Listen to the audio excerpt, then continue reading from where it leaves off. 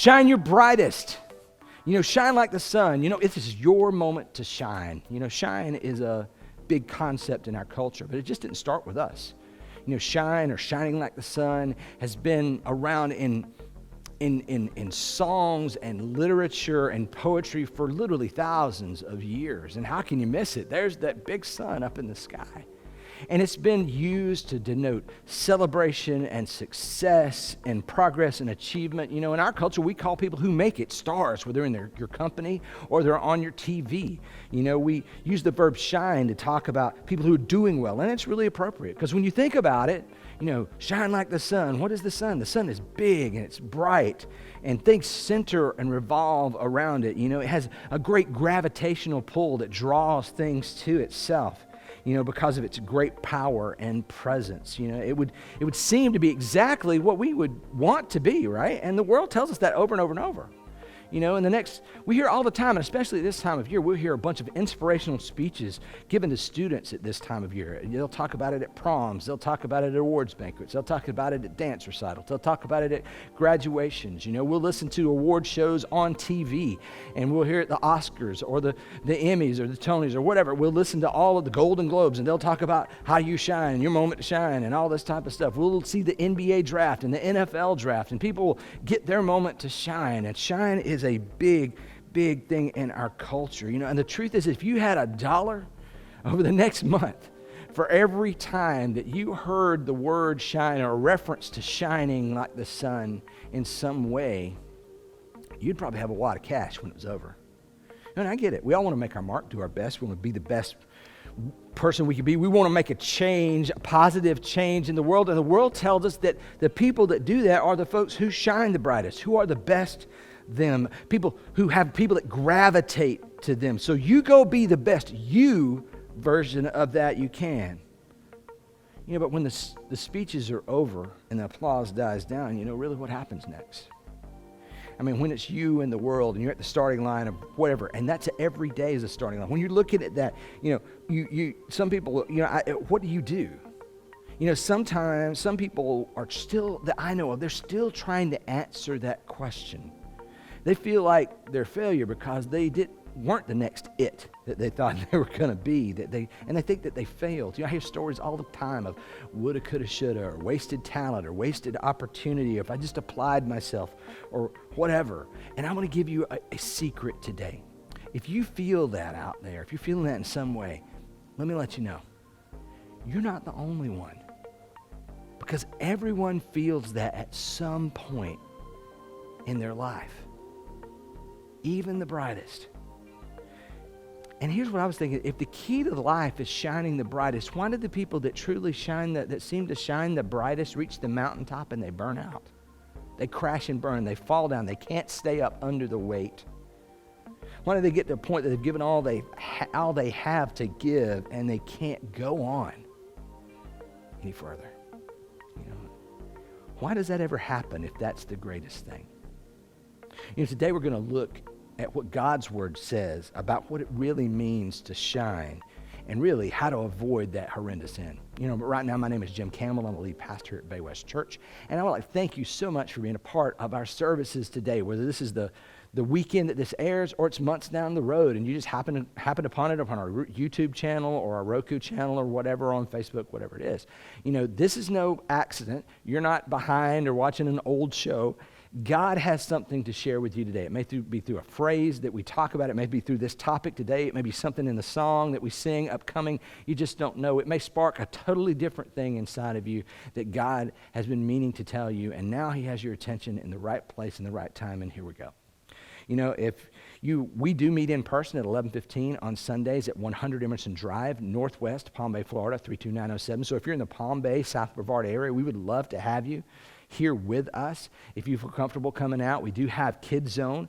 If you're a parent, we have our nursery, preschool, and elementary school up and running now as well. We are socially distanced as we are in our congregation, and we encourage masks, but you don't have to wear them. It's not mandated at all, and we try to extend grace to every level of sensitivity that we can, during this time. if you're not comfortable bringing your kids out and stuff right now, we also try to help people online as well. You can join our Facebook group, Bay West Kids Zone.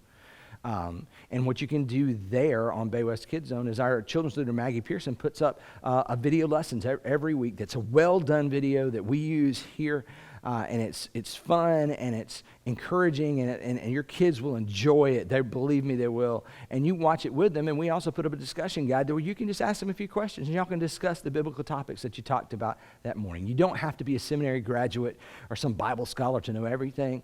And if you get to a point where you need something, just text us, 321-345-3292, and we'll do what we can to help you there as well. Or you can message us on Facebook. But we want to support you. The parents are the primary spiritual influence in the lives of their children, and we don't want to replace that. We want to support it. So we want to help you out there as well. If you'd like to give your tithes and offerings, you'll have an opportunity for that obedience. We try to make that available. You can go to baywestchurch.com/give, or you can send it to Bay West Church, 100 Emerson Drive, Northwest, Palm Bay, Florida, 32907. Just make the check out to Bay West Church. You know, if you're not a part of an online life group or one of our life groups, I say online because they're online and in person, we would love to be a part of that. If you're not comfortable coming out, you can do that. Or if you'd like to come out for that, that's as well. Both of them, all of our groups are hybrid, which means we have people in the room and people on the screen at the same time, learning and growing together. You can go to baywestchurch.com/groups, you know, and then click find a group. It'll give you our list of groups, and you click the group you want to join, and a leader will get in contact with you. If you'd like to follow along my notes for the sermon, you can easily do that at baywestchurch.com/notes. Or if you have the little brown Bible app, YouVersion Bible app, you can go to that Bible app, the YouVersion Bible app, go to the events and type in Bay West Church, and it will pull up my notes for the weekend that this airs. So, anyway, we'd love for you to follow along with that, but right now I'm going to turn this over to our worship leader, Josue Gomez, and we're going to sing some songs out to the Lord. And I encourage you to put this on the biggest screen you have, turn it up loud, and listen to what God is saying, and sing out to God, and think about, what am I saying to God? What is God saying to me through the promises that we hear? If you got a small screen and you got earphones and you're by yourself, totally okay, pop them in, turn it up, and just have a moment to listen to what God's saying and to sing out to Him about the greatness of an almighty God.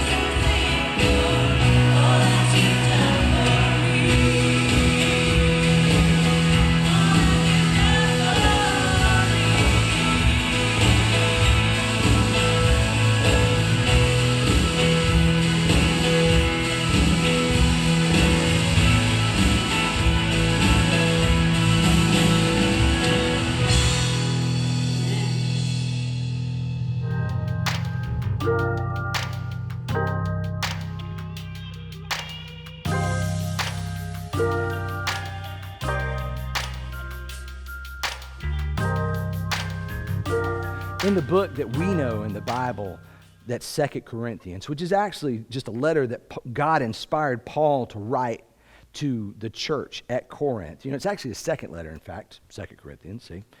God does some amazing work through this man, Paul. He brings up so much structure about what the church should be and helps our understanding of who God is in this book and how it applies to the life of people who are trying to follow him and what that really means in great detail as God created Paul to write it. In chapter 3, though, Paul talks about a concept called a new covenant. And he contrasts that with the old covenant. If there's a new covenant, there was always an old covenant. And the old covenant was an agreement that God had made with the Israelites thousands of years before. It was basically, I will do this, you will do this type of a thing. We have responsibilities in which God kept to the T.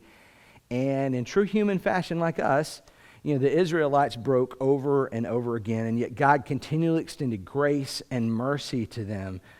But now, with the coming of Jesus, it was an immense time of change for the world. See, Paul was specifically explaining about why the new covenant is far superior to the old.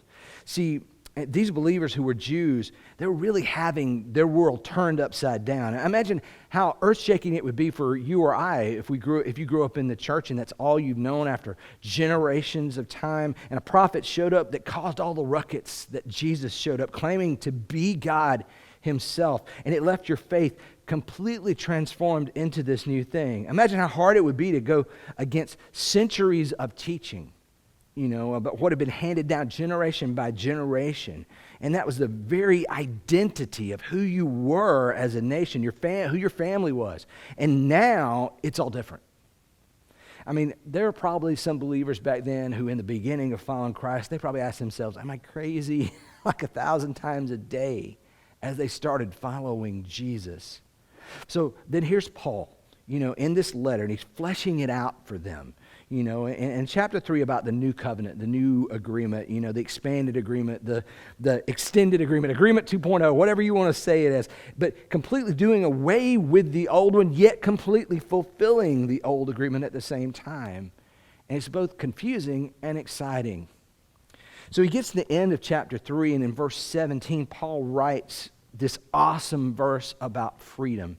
And you've probably heard this before. Where the Spirit of the Lord is, there is freedom. And this has been quoted over and over and over because it's such a great verse. There's so much truth packed into it. And it's been claimed and it's been stood upon. It's been inspiring confidence and celebration of believers for a long time. And the truth is, though, as awesome as this verse is, it's often been misused. And it's been misinterpreted and taken kind of out of context, And what people do is, like we always do so much, we've taken an inspiring phrase, we totally bypass what God meant by it or his definition of freedom, and we kind of impose our definition of freedom on things and kind of inserted the most cultural, contemporary, interpretation of the word to mean for us. But what we have to do, is... God's totally capable of explaining himself, and he created words. He's able to explain who they are, and God explains himself just fine. And we don't need to read God's word and figure out, I just know what that means. No. We need to, and then kind of take over, we substitute our own pictures of what his words are, but we need to be clearly seeking, God, what do you mean, God?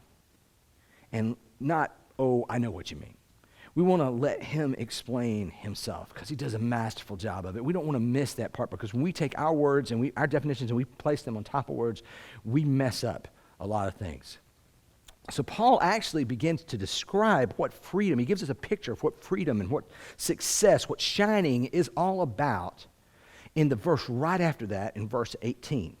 And what he says in the New Living Translation here, it says, "And we all who with unveiled faces contemplate the Lord's glory are being transformed into his image with ever-increasing glory, which comes from the Lord who is the Spirit." So in this verse and all through the Bible in different ways, God talks about what it means to shine. And I love the way the Living Bible helps translate this and give us kind of an understanding of what it means to shine in those words. But we Christians have no veil over our faces. We can be mirrors that brightly reflect the glory of God. And as the Spirit works within us, we become more and more like him. Now, let's take a look at this phrase, by a couple phrases in these verses, and see exactly what God is telling us. First, right off the bat, it says, but we Christians have no veil over our faces. Now, what this is referring back to, if you think, well, is it a bridal veil? Is it what? I don't know. But here's what it's saying. It's referring back to Exodus 34 in the Old Testament, where Moses went up to Mount Sinai and he brought some stone tablets that God told him to bring. And God was going to write the 10 words, the Decalogue, whatever you want to call it. Actually, the 10 Commandments is what that is. Literally translated 10 words onto those tablets. And he would send those back down with Moses to take to the people of Israel. Now, of course, the time I'm talking about was the second time they had to do it, and it's a long story. We're not going to go into that. But basically, the people of Israel sinned and made a mess, made Moses mad, and he threw the tablets down and broke them, and so he had to go back up and get some more, and that's kind of how it went. But so he goes back up, and here, Moses is with God, and he begs, God, I'm so sorry. Please forgive the Israelites. They didn't know what they were doing. They made me mad too, and all this type of stuff. And God renews his covenant, the old covenant with them that I talked about. He renews that, and God allows him to see himself, to see the glory of God, right? And what he does, he says, hey, I'm going to put my hand, you get in this crevice in the rock, put my hand over you, I'm going to pass by you, and I'm going to pull my hand off and let you kind of see me from the back, because if you saw my face, it'd blow you away. You couldn't handle it. So he does this, and then he comes back down the mountain to the Israelites. And it said when he came down the mountain, because he'd seen God's face, his face was actually glowing, and it totally freaked everybody out. Like, his face is glowing. Can you imagine he showed up and, and it's glowing. I'm not talking about like glow-in-the-dark makeup you put on in the dark, and you look up and your wife, my wife didn't do that. But anyway, so you see that it's not that at all. His face was just glowing in broad daylight. And it freaked everybody out. So Moses put this veil over his face to kind of chill everybody out, so that he could tell them what God had told him. And see, the veil actually prevented the Israelites from seeing this temporary effect of God's glory, that glowed from Moses' face. But in contrast, what Paul is saying is now, we don't have to worry about the veil thing. What Paul wrote is that actually what we see now is that people who don't know Jesus, people who don't follow Jesus or know Jesus, they actually have a veil over their face, and they can't fully see the glory of God, kind of like the Israelites in a way. They couldn't see the full glory of God, that weight, the evidence that God is here. And in some translations, like the first one I read, says, but we all, like that. And what he's saying is basically there's because it's no longer just an agreement with one nation or race of people. Now, anyone who believes on Christ can be in this place where there's no veil on our faces. We begin to actually see how Christ, when we believe in Christ and we follow Christ, we're able to look and see the glory of God, the amazing glory of God as he works in our lives and works in the lives of those around us. And then he had this next phrase, which I love. It says, we can be mirrors that brightly reflect the glory of God. See, we're constantly told that we need to burn bright, we need to shine and bring our energy to the world, and far too often we really try to do that. We pour ourselves into everything. We want to be good parents. We want to be good spouses. We want to be good people. We want to be good students. And we want validation from the people that we respect and just the general crowd around us, that we're kind of doing what we're supposed to do and we're being who we're supposed to be. You think about it now, you have to be socially conscious. You have to be tolerant of everything except being tolerant of the intolerant. Then if they're intolerant, you can't tolerate them, so you're not really tolerant of everything. You have to wear a mask. You don't have to wear a mask. You have to be vaccinated, but you don't need to vaccinate. On and on and on. In this polarized society, one of the things that's coming out to us is you can't please everybody. Not that you ever could, but it is so highlighted right now. We seek the validation of the people around us by the way that we shine and put ourselves out there. And God's saying, I'm making it where you can't. You can't get everyone. And it's almost impossible to please all. The truth is, the more people you know, the more chances you have to tick someone off. And the more of a stand that you take, the more you have a chance for someone to disagree. So Too often we throw ourselves into that mentality, and it gets us totally drained of all our energy. If we're creative, we need to continue to be creative. We need to drum up the creativity. If we're known for being upbeat and happy, we can't ever not be upbeat and happy. If we're industrious, we need to continue to find the energy to produce. Basically, we're told that we have a unique light that needs to burn bright, so turn it up, max it out, pull the fader wide open to 100. And so often that does nothing but get us burned out. And at some point, because at some point we run out. We can't be as good as they want us to be. We can't be as smart as they want us to be. We can't be the perfect picture of whatever that is. And the world just continually wants more and more and more and more. And it can happen in the church too. We feel as though we have to be perfect and blameless. And when we mess up, it's hard to deal with. Because in that moment, people stutter. They wonder. They question because your light isn't the brightest. The other day I was working with my laptop on my desk, and normally I pull my laptop out, I put it on my desk, and I plug it in and I'm doing my stuff, and I'm working along. All of a sudden I get the battery notification, and boom, it's gone. And you know how that happens, right? It's always at the worst time. When that happens, when the battery goes down, and always there's never enough time to get to the cord and put it in the computer to keep going, right? I mean, you're diving off of things and grabbing stuff and turning, and look like a ninja jumping through laser lights or whatever. You're trying to grab stuff and put it on. You can't get there, right? But I look at the back of my computer. Of course, it dies before I could get there. And I look at the back of my computer, and there in because I usually sit it down and I plug it in. Well, I forgot to plug it in. And there is literally the cord faked me out because it's behind the laptop. Almost look at that plug, and here's the port, and it's right there. It's right in it. And I'm going, because I was in the middle of something, I'm like, come on, I've seen on the movies where it just kind of arcs across. I mean, could you just jump? I mean, it's just right there. It's touching the case, but not in the port.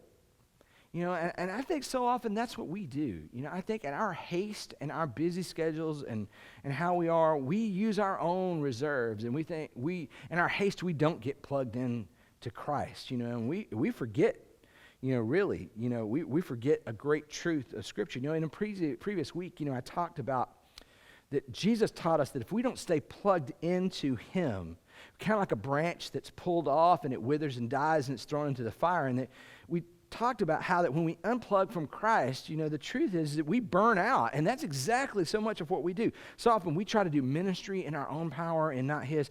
We're like, well, I listen to praise music all week, but yeah, I listen to I listen to podcasts of preachers all week. Well, great. I get emotional. Really, well, that's super, But we do that over and over and over, and at some point in time when that runs out and the emotion slows down, it doesn't work, and people get frustrated, Well, and they look for something to blame.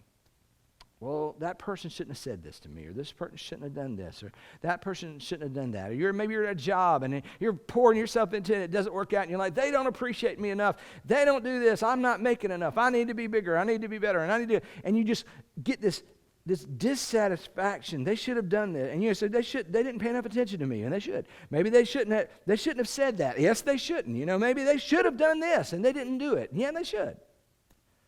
So we find someone to blame or something to blame, and what we just expose to ourselves often as Christ followers is we're just not plugged into Jesus there. Because the minute we look at His Word, we have knowledge of what He says. And the minute that we look at it at times, and so often in my life, when I see that, I'm looking at His Word, and there's something there that I'm saying no to. There's something I'm not going to do. There's something I don't want to do. There's something that I do want to do, and I'm not saying. And we get there to that point, we're saying, and the minute that we say that, the minute that we say, hey, no, not doing that. Or you said, don't do it, I'm going to do it anyway. Unplugged. And we're running on our own reserves until they run out. We set our schedules instead of asking God what He wants us to do. We do what we think is expected of us and by others, and we put God on the back end of that thing. We go too far, too fast, and too much, and we only can go as far as our energy can take us, and we crash and burn. And we wonder why things don't work. And we miss the last part of this verse in verse 18. It says, "And the Spirit of the Lord works within us." It says, and as the Spirit of the Lord works within us, we become more and more like Him. As Christ followers, we think that becoming more and more like Christ is because we work within ourselves.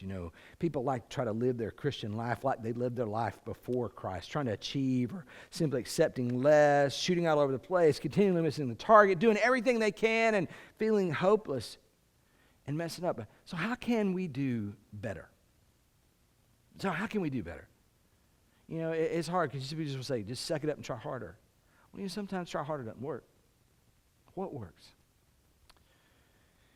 As a child, I was always loved the aspects of the sun and the moon. Now, I always gravitated, to the sun because when the sun was out, I got to play outside and stuff. But I did love to watch the moon. And at times, my parents had bought me a telescope, and I would, look at the moon, and I had one of those. And there's time we'd go outside. We lived in the country, so there wasn't big lights around to get in the way, and we would see. I would go look at the stars and stuff like that, and it was always cool. And and I love that, and I love that imagery there with the sun and the moon that's been throughout the years. It goes all the way back because God created that. Genesis 1, He created two lights, one to govern the day and one to govern the night. And I used to think as a child for a long time, and maybe you did too, that they were really two light-generating things. They were two really, they generated their own light. You go, well, and I learned in truth, the sun generates all the light and the moon just reflects it. You might go, well, see, God didn't tell the truth in the Bible. No. God just said I put two lights up there. I didn't tell you how I did it. That was for you to figure out. That's kind of what science is. Science is figuring out how God did it. Basically, that's what's up. So anyway, the sun provides all the light and the energy. You know what the moon does? The moon just reflects it. And it fulfills its job. And here's the funny thing. See, God has used this illustration over and over in my life to remind me. And I apologize to him so many times. And in truth, so many times he's reminded me after I just missed this whole point. It's like after it's over.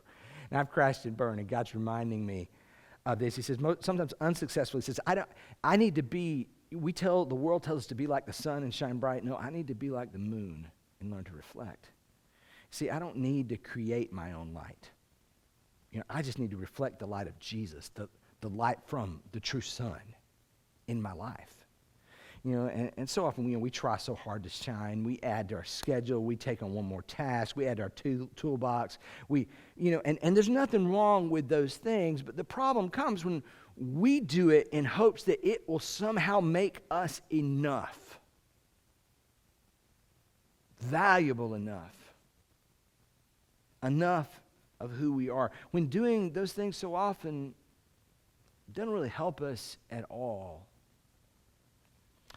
Besides wearing us out, in truth, it actually hampers sometimes our ability to give off the light of Christ, because what we're doing in those moments is we're trying to create light for ourselves, our light, to shine along with Him. And the truth of the matter is this. I find in following Christ in my life, that I shine the brightest when my light shines the least. And why is that? It's because with the less that my light shine, the greater that He shines. The more I reflect Him, the more people can clearly see Jesus' light in my life.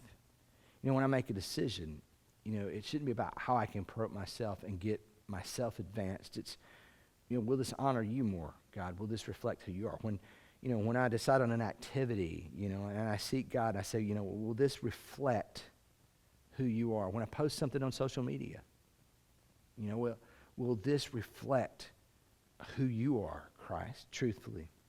The truth is that, and here's the funny thing, is I can't outshine Jesus. I can't be brighter than Him. And the only way that I can shine brighter myself is if I somehow try to lessen the effect of Christ in my life. Make it more about me and less about Him, because when the brightest light is what's usually seen, and the only way when I can get my light out there is to somehow lessen His. See, when I make it more about me and less about Him, when I do that, the more I actually distract people from seeing God in my own life. As I reflect Christ here, it will make me shine less. If I don't laugh at that joke, if I don't go with the culture and deny what God says, You know, if I just lessen his life, if I just go with them, those things, if I deny the Lord in this little area or that little area, that's me bulking up my light and trying to lessen his. You know, if I just lessen his and let me shine. And that's where we always get into trouble. Because the reason I shine the brightest when my light shines the least, because it allows me to reflect Christ more. You know, as I was thinking through this concept of reflecting and shining, and, you know, I was thinking really how terrible it would be, thinking about the moon and the sun, how terrible it would be if the moon tried to be the sun and the sun tried to be the moon for us. You know, we took the moon and we put it over there where the sun was, and then we took the sun and we put it right next to us, you know, this flaming ball of energy. How that would just screw everything up. All the planets would go off alignment, and they'd go flying around over here, and the moon would be over there, abject failure. I can't produce enough light. I don't have enough to do it. And then here's the sun, you know, right here. And for us, I mean, it would be horrible because, I mean, we wouldn't last 2 seconds. You put the sun, you just switch them out really fast, and we're going to totally burn up. Or if somehow the sun could, like, say, well, I'm going to totally withdraw my light so that the moon can be the one, you know, we would freeze to death immediately. I mean, it would just totally mess everything up. How terrible that would be for us. It just wouldn't work. But I think that's exactly what we try to do in our own lives sometimes. We try to make the moon, us, shine all the light itself, and it just doesn't work. But when we just reflect, you know, Christ, we reflect the sun, the world gets back into its proper place. You know, what would Christ do right now? When someone lies about me, you know, should I fire back and lie about them? You know, but what would reflect the character of Christ the most? Isaiah 54:7 tells us that he was oppressed and treated harshly, yet he never said a word. What would Christ say here? When I have the chance to toot my own horn and kind of bring the focus all on me, what if I pointed to my Father in heaven instead? And not at the disingenuous, you know, it's all about him. You know, when you're really pointing at yourself, it's all about him, and you're trying to do that to be a symbol of humility that you really aren't. But when you're really serious, look, the good that you see from me, it's not because of me. It's not, I got nothing. Every bit of good that you see in me comes from Christ. Imagine if we truly took that in, how that would affect and change how we feel about other people. What if we really expected the worst from people and were yet so surprised when God provided the best? And instead of living with constant disappointment because someone didn't do what they were supposed to do, or someone wasn't what they were supposed to do, or you weren't what you were supposed to do, if you expected, look, I know who I am. There's nothing good that comes from me, so I am going to reflect Christ. And as I reflect the light of Christ on the others, you see the light from Christ coming, and you're surprised and awesome. And you know, hey, they're sinful. There's nothing good in them, but look what God did through them. What an amazing God we have. Imagine the humility in your own life if you really realize that, yeah, I am a sinner, I'm horrible, I got nothing good going on, but God made me. God, for some reason, gave me some value in my life when I didn't deserve it. He died on a cross for me and allowed me to live and breathe and walk and know Him and affect change and to do far beyond what I ever deserved to be a part of or be around. I mean, what kind of life would that, what kind of thing would that change in us? Instead, I'm not trying to bolster and push out my light, but I'm just reflecting the only light that's worth being reflected. You know, it's amazing that we have such a problem with gravitating to that situation. You see, if I relax in Christ and I get to know Him and I stop trying to generate my light for Him, the Spirit works in me, and I reflect who He is. And I will reflect Him more and more not as I make myself like Jesus, but as the Spirit makes me like Jesus. And in the meantime, for when I'm not like Jesus, there's grace and forgiveness from God. And I make choices as I can, but when I'm not, I see that the Lord works and He continues to, as we go, as the Spirit works in us more and more, making us more and more like Jesus. That's a much more relaxed life. when we don't bow to the pressure of the world, that we've got to generate our own light and shine as bright as the sun. No, instead of being the sun, be the moon and reflect the sun. I want to ask you a question out there. Christ follower, if you're listening in today and stuff, I want to ask you a question. Maybe you're feeling some of this of what I'm saying. Are you trying to outshine Jesus in your life? I mean, are you really making it more about you than about Jesus? And I'm not trying to press you or make you into some kind of bad guy. I mean, I think it's a struggle that everyone has. I mean, you're not alone, just like you're not alone in thinking, we're all not alone in thinking that, well, we could have done, would have, could have, should have at times. But are you in some way, in some area, trying to make it about you? Are you putting aside the things of Christ to let your light shine more? Well, I don't want to speak out for Jesus in this area, because that would shine, while that would shine him more, that would really not let my light shine. And I might get labeled as a Christ follower, and people might treat me differently if I didn't let my light shine, if I didn't let Christ shine, if I didn't reflect the light of Christ, if I shine my light about my personal me. You know, or maybe you're a person, you're online and you have a different persona when you're online, and you're really abrasive stuff. You would never say that stuff in person, but you feel comfortable kind of letting it out there. What if you just let Jesus shine there? How would things be different? Are you trying to outshine Jesus where you are? Now, maybe you're out there and you're not a Christ follower and you just happened across this stuff today, and for some reason you stayed and listened. Thank you so much.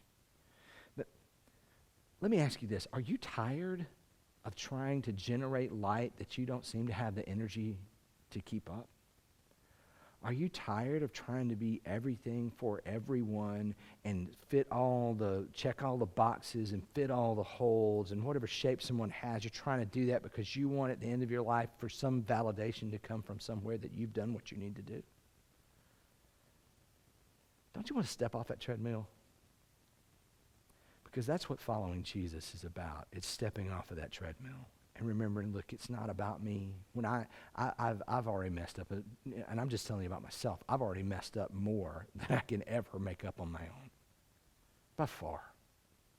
You know, and the only good that is in me that you hear in any of these things we say, or any of these, if you've watched this before, it comes straight from the Lord. It's not from me.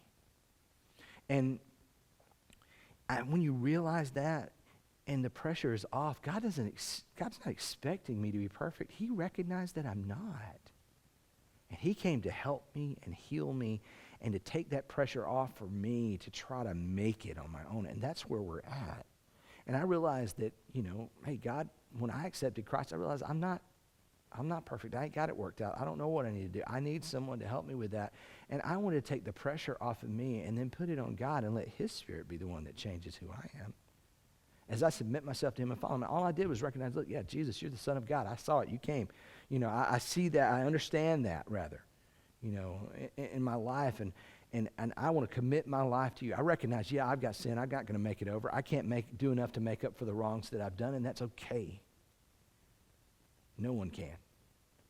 So I believe in you, Jesus, and he allows me to kind of glom onto his sacrifice because he lived on the earth. He was perfect. He never sinned. He died on a cross, took the punishment for everyone's sin.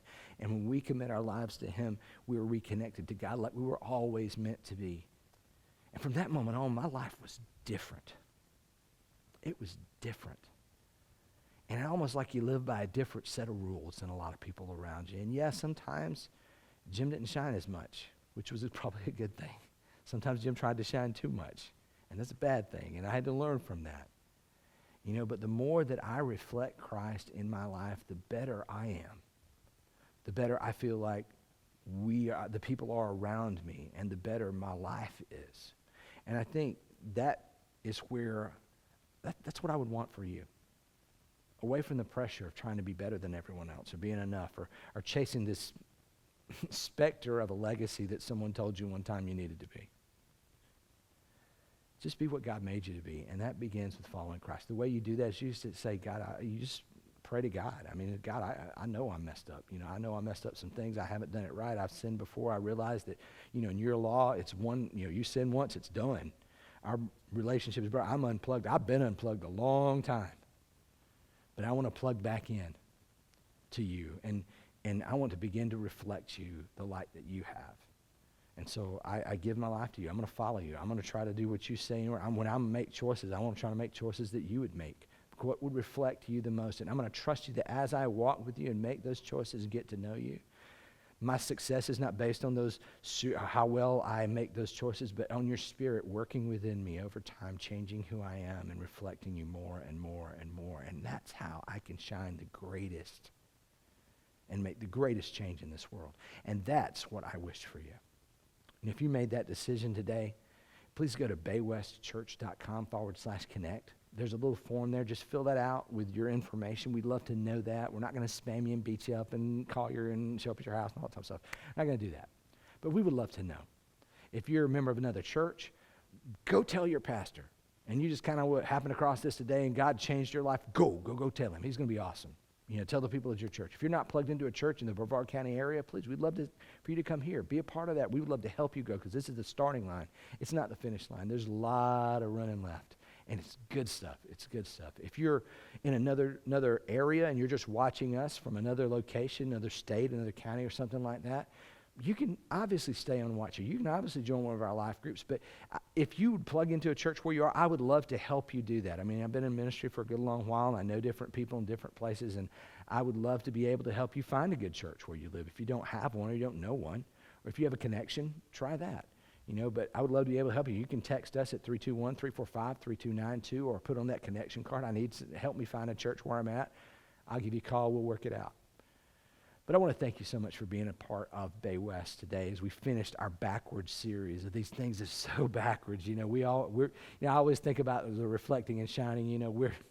We're crappy light bulbs, but we're great mirrors. And that's what we need to remember about our lives. And as we've gone through this series, I hope if this is your first time listening today, go back and listen to some of the other ones. There's some things that we think we're just doing it this way, and that's the no-brainer way to do it, and it's the exact opposite way of the way we need to live our lives.